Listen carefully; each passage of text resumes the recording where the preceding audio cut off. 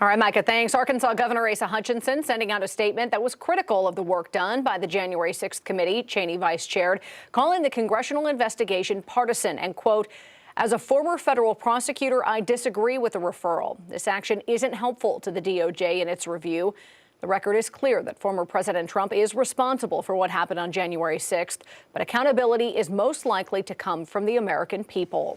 Meanwhile, Governor Asa Hutchinson will end his term in office at the end of the year. Last week, I sat down with the governor to briefly talk about his time in office. Tonight and for the next 5 nights at 10, we're going to hear from the governor about the challenges and accomplishments in office. Says the COVID-19 pandemic was no doubt his biggest challenge.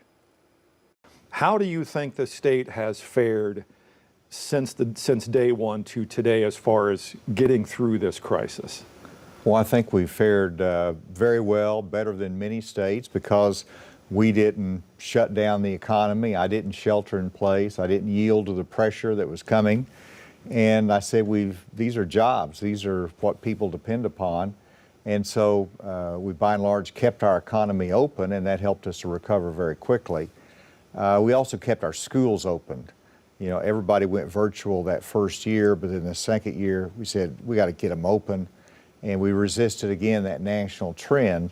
So there's some good decisions made. Nothing was perfect, but that was a test of leadership. That was a test of the resilience of our state, patience of our state. I think we came through it very well. The staff that you had in place, Nate Smith, Jose Romero, all the folks that you relied on, could you have done this without them? No, but I wore out 2 of them. Yeah. You know, to show you the credentials that they had, the Centers for Disease Control took Dr. Nate Smith first and said, we need you at the national level.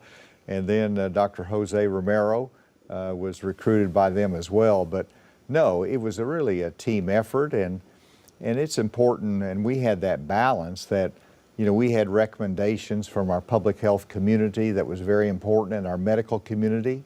We had all the national advice that we needed, but in the end, you have to make the best judgments you can for your state and listen to people and to give them the ability to make judgments with a lot of information, with the best information we provide. I think that's what we did.